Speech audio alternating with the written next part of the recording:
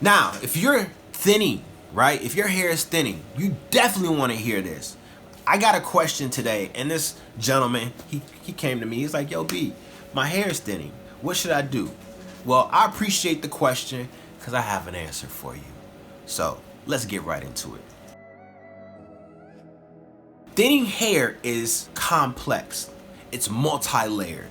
It's not just one thing. And we've been taught, right? We've been taught with this propaganda to think that the reason why our hair is thinning is because of our father, it's because of our mother, because it's genetics, yada, yada, yada, yada. We've been fed things that we haven't been given the entire picture, the entire piece of the pie.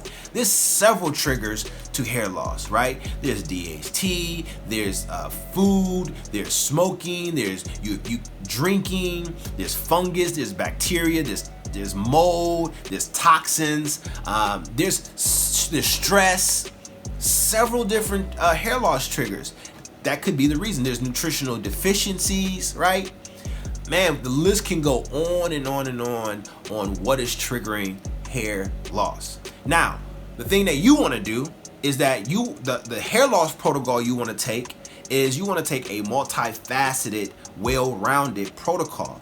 What does that mean? You want to make sure that you are implementing a topical treatment, hair loss treatment, right? So you want to make sure you get the My Hair Repair. We have botanical herbs and plant-based oils in there that have been tested and also proven by medical research to help with keeping the scalp healthy, the hair strong, so that way it can continue to grow long and thick. All right. Next thing you want to do is fill in those nutritional gaps. So you want to make sure you're getting your micro gummies in, right?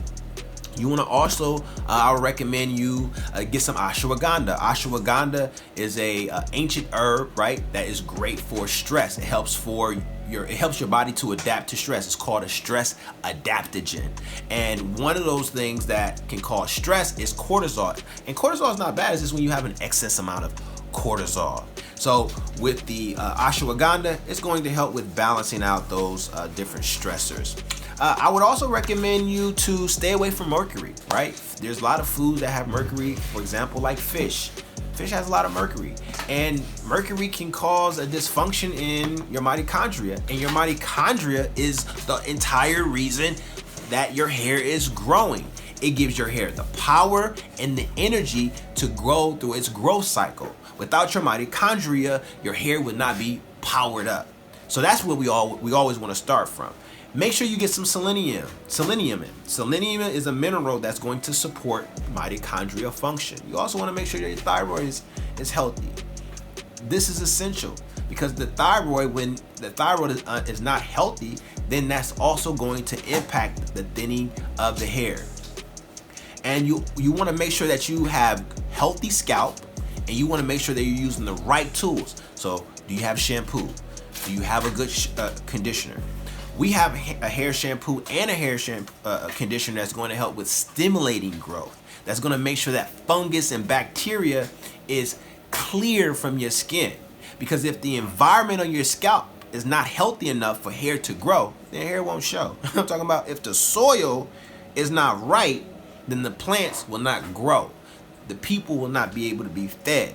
So you want to make sure that the soil is a priority, and the soil is your scalp.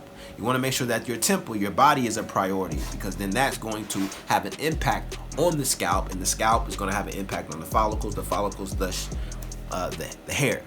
So you want to take a complete protocol, hair loss protocol. You want to also make sure that you're getting good blood flow. So working out, moving around, getting around, that's going to also help with getting good blood flow. Another way to stimulate good blood flow is by massaging the scalp on a daily and nightly basis. All right, you want to do this for 2 to 3 minutes a day. You want to get that blood moving, okay? You want to get that blood flowing. So those are some of the things you want to do. Last but not least, I talked about inflammation rather. Let's talk about what you can take for inflammation. Well, you can take some turmeric.